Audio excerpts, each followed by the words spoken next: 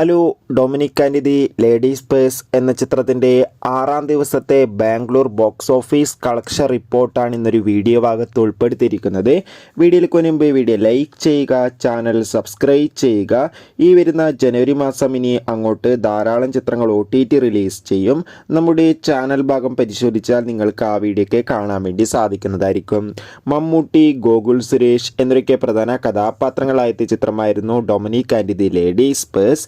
ഏവരുമേറെ ആകാംക്ഷയോടെയായിരുന്നു Dominic and the ladies purse എന്ന ചിത്രത്തിൻ്റെ ഓരോ ദിവസത്തെ ഓരോ കളക്ഷൻ റിപ്പോർട്ടും അറിയാൻ വേണ്ടി ആകാംക്ഷയോടെ കാത്തിരിക്കുന്നത്.